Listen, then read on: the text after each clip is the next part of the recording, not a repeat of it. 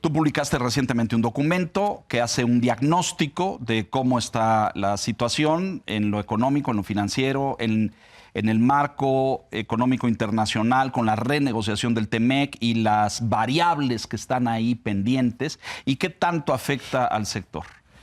La presidenta ha dicho insistentemente que la economía va bien y que está fuerte y que hay muchas variables para estar tranquilos. En días recientes se reunió una vez más con empresarios, y digo una vez más porque tenemos estas reuniones, ¿no es cierto?, cíclicas o periódicas, para hablarle a los inversionistas y decir, oiga, todo está bien, hay certeza, hay certidumbre, hay un marco jurídico sólido. Pero cuando yo platico con personas del otro lado, en el sector de inversionistas, de empresarios, de líderes de cúpulas empresariales, que dicen, pues sí, todo está bien, pero lo de la confianza como que se atora, porque pues hay muchas reuniones, muchas fotos, muchos discursos, pero la inversión está en cero. Corrígeme en esto, abrimos con un panorama si quieres y luego vamos entrando en detalles. Bueno, yo creo que la inversión no es en cero y también hay que considerar que la parte de la reinversión extranjera en utilidades habría que considerarla también como un elemento que contribuye a la contabilidad de la inversión extranjera directa y local.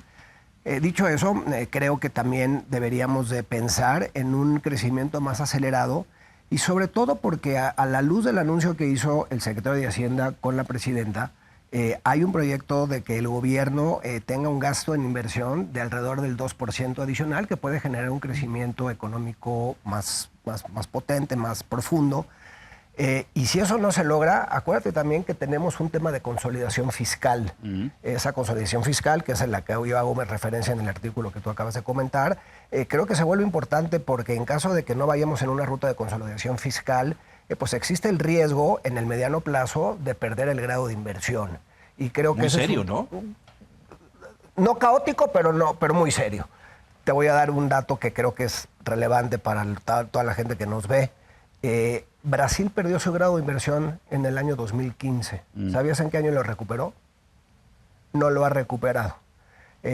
Lo que también habla que en términos de comparativos con otros países nos vemos aún mejor, pero significa que tenemos que hacer cosas y cosas rápidas para, uno, tener un crecimiento económico sostenido mayor al que se ha observado en los últimos años. Tenemos que tener un crecimiento que ayude a consolidar las finanzas públicas y a tener una consolidación fiscal y que además ayude a que todo el gasto que el gobierno ya tiene comprometido se pueda seguir erogando y no suframos un tema de endeudamiento y finanzas públicas.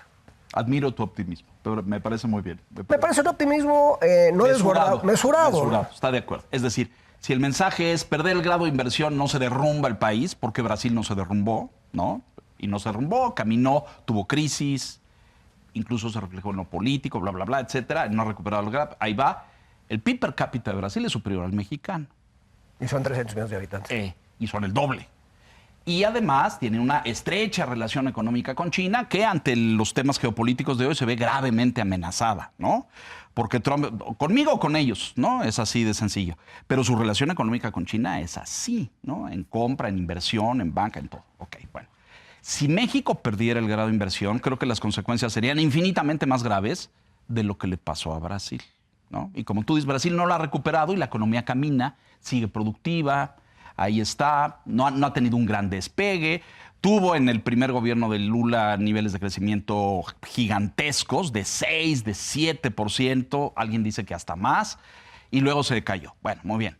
Pero aquí no tenemos ese nivel de crecimiento. El del año pasado quedó 0.7, 0.5, 0.7. Pero el último trimestre quedó en 1.6. Sí.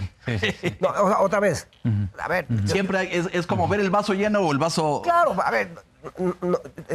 ver, Leonardo, claro que este país tiene grandes retos. No hay duda. Lo sabemos, lo hemos visto, lo hemos platicado con la presidenta, lo hemos platicado con el secretario. Como tú sabes, me tocó presidir la Asociación de Bancos. Y gracias a eso hoy tengo la oportunidad de tener conversaciones en grupo, en corto, y si hay una legítima preocupación yo creo que México sí está sobrediagnosticado. ¿Cómo destrabamos eso? Es decir, yo sí veo, coincido contigo, yo creo que este gobierno, a diferencia del anterior, dice, sí quiero inversión, sí quiero crecimiento, no estoy peleado con que el capital privado invierta, y ahorita hablamos de energía, que me pareció que traías uno de esos pendientes, que sí veo un viraje. Este gobierno dice, sí los necesitamos.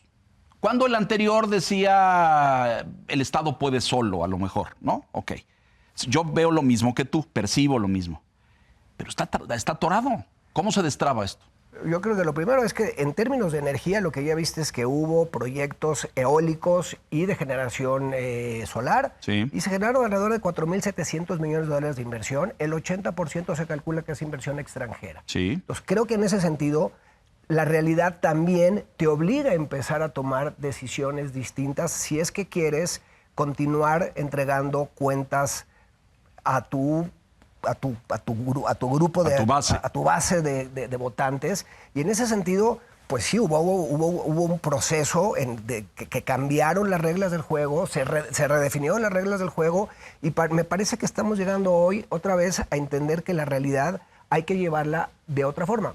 ¿Qué se debe de hacer, creo, Leonardo? Y ahí, bueno, te voy a decir qué le comentaba yo a la presidenta, y ojo, no significa que ni tengamos la verdad absoluta. No, nadie.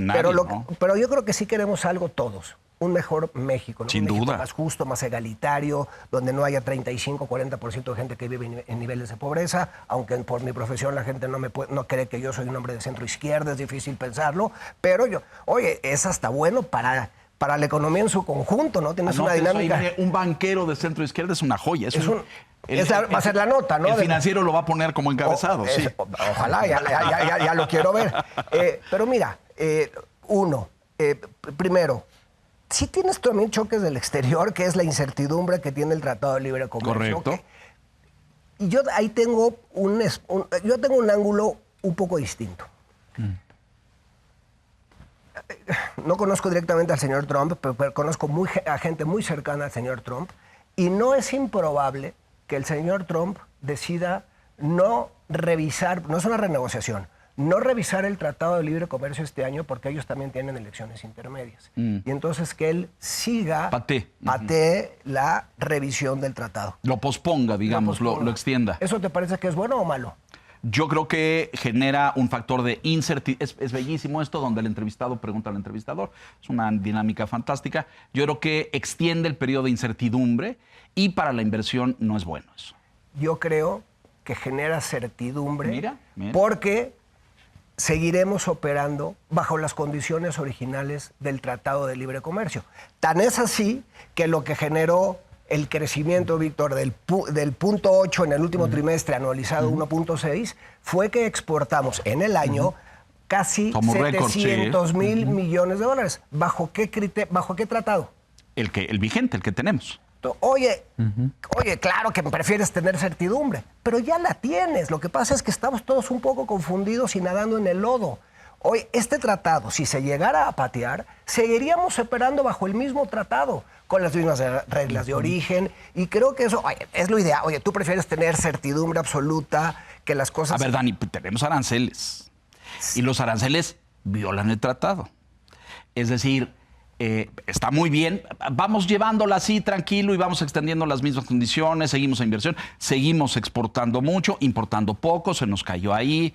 Hay algunos economistas que dicen que dejamos de ir porque se acabó el dinero y ya no compramos. De acuerdo, muy bien. Pero no son las condiciones óptimas. Las condiciones óptimas serían, esto va para 10, 15, porque entonces un señor como tú o como tus inversionistas dicen, pues le meto en energía, le meto en gasoductos, le meto en cosas porque veo que hay una perspectiva de crecimiento. Esta etapa de, no sé cómo va a estar el año entrante, al sector de inversión no le da ninguna garantía de ir hacia...